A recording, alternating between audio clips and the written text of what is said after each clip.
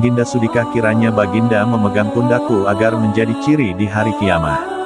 Kemudian Rasulullah memegangkan kedua tangannya pada pundak Burak tersebut, karena Burak saking gembiranya yang sangat luar biasa, sehingga badannya tidak muat lagi untuk ditempati ruhnya, terpaksa Burak tersebut membesar dan tinggi sampai 40 hasta. Setelah itu Rasulullah berdiri sebentar sambil melihat betapa tingginya Burak dan berpikir bagaimana caranya untuk naik ke punggungnya, sedangkan pada saat itu tidak ada satupun tangga untuk naik. Pada saat itu juga datang ruhnya Syekh Abdul Qadir Al-Jailani seraya berkata, "Silahkan Baginda naik ke pundak saya." Kemudian Rasulullah Shallallahu Alaihi Wasallam naik ke pundaknya ruh Gautsul Asom, Syekh Abdul Qadir Jailani. Kemudian Syekh Abdul Qadir Jailani berdiri, sehingga Rasulullah dapat naik ke pundaknya Burak. Kemudian Nabi Shallallahu Alaihi Wasallam bersabda, "Dua telapak kakiku menaiki pundakmu wahai Abdul Qadir, maka telapak kakimu nanti yang akan menaiki pundak semua wali-wali Allah." Assalamualaikum warahmatullahi wabarakatuh. Perkenalkan, nama saya Mukhlis Solehuddin dari Himaprodi Ilmu Al-Quran dan Tafsir STIA Hidayah. Di sini saya akan memberikan pendapat terkait dengan beberapa kasus yang terjadi di masyarakat berkenaan dengan penyimpangan akidah.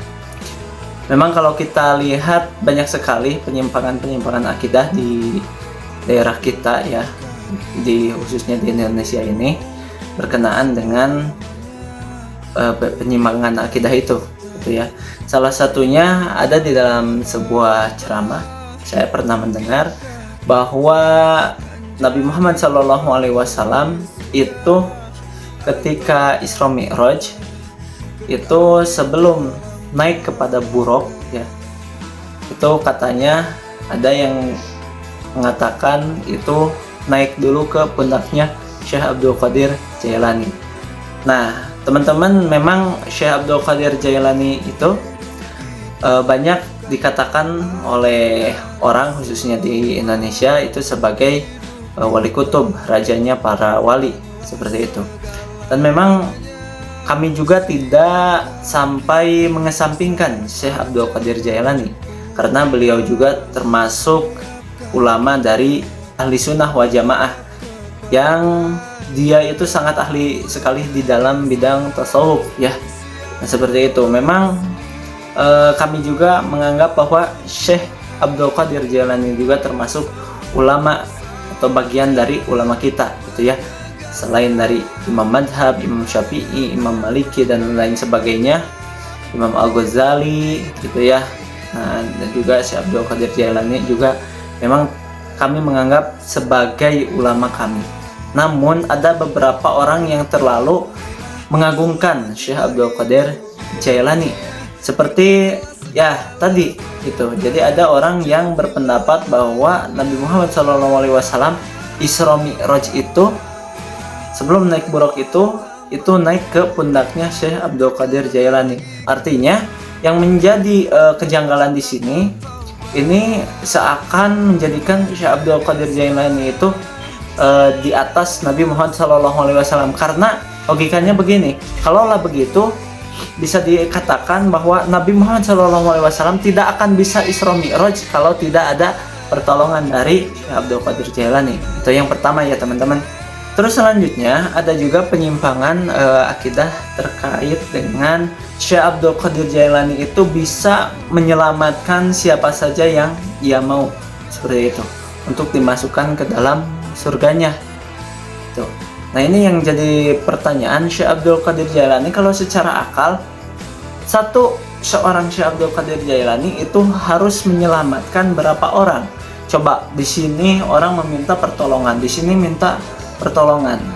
Sedangkan bagaimana caranya itu nanti di alam sana Syekh Abdul Qadir Jailani untuk membantu mereka-mereka ini kepada Allah supaya bisa diterima di hadapan Allah Subhanahu wa taala, membantu ke sini. Udah yang ini di sini. Sedangkan pengikutnya ini sangat banyak sekali gitu ya.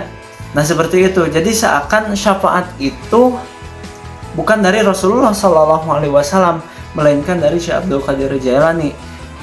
Yang sebenarnya kami juga mengakui beliau itu sebagai ulama kami gitu ya. Cuman ini sifat berlebihan ini sehingga terlalu fanatik terhadap mengikuti Syekh Abdul Qadir Jailani, walaupun sebenarnya banyak gitu ya, bukan hanya Syekh Abdul Qadir Jailani yang diikuti oleh masyarakat kita gitu ya. Memang sangat banyak gitu ya.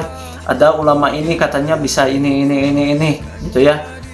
Bisa menentukan surga, sudah punya surga sendiri. Itu banyak penyimpangan-penyimpangan akidah yang terjadi di masyarakat kita, dan ini mudah-mudahan menjadi pelajaran teman-teman ya, bahwasanya terkadang di kita itu suka melebih-lebihkan orangnya, bukan ilmunya.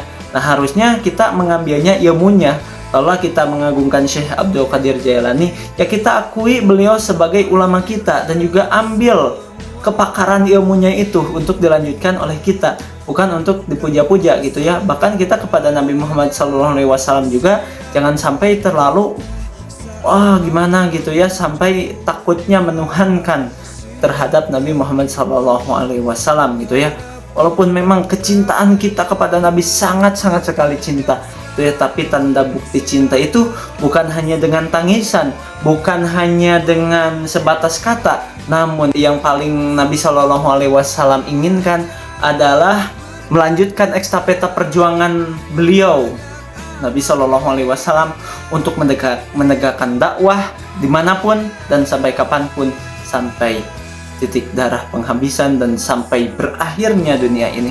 Mungkin sekian dari saya, terima kasih, mudah-mudahan bermanfaat. Mohon maaf apabila ada sebagian belah pihak yang tersinggung, tapi saya juga menghargai terhadap orang-orang yang mengikuti Syekh Abdul Qadir Jailani. Itu silahkan, kalau keyakinannya seperti itu ya silahkan, asal dengan alasan yang begitu kuat gitu ya, tidak hanya semena-mena mengikuti, tapi yang akhirnya malah terjerumus. Saya juga mengakui bahwa Syekh Abdul Qadir Jailani juga termasuk ulama dari Ahli Sunnah wal Jamaah. Sekian, terima kasih. Assalamualaikum warahmatullahi wabarakatuh. Allahu Akbar.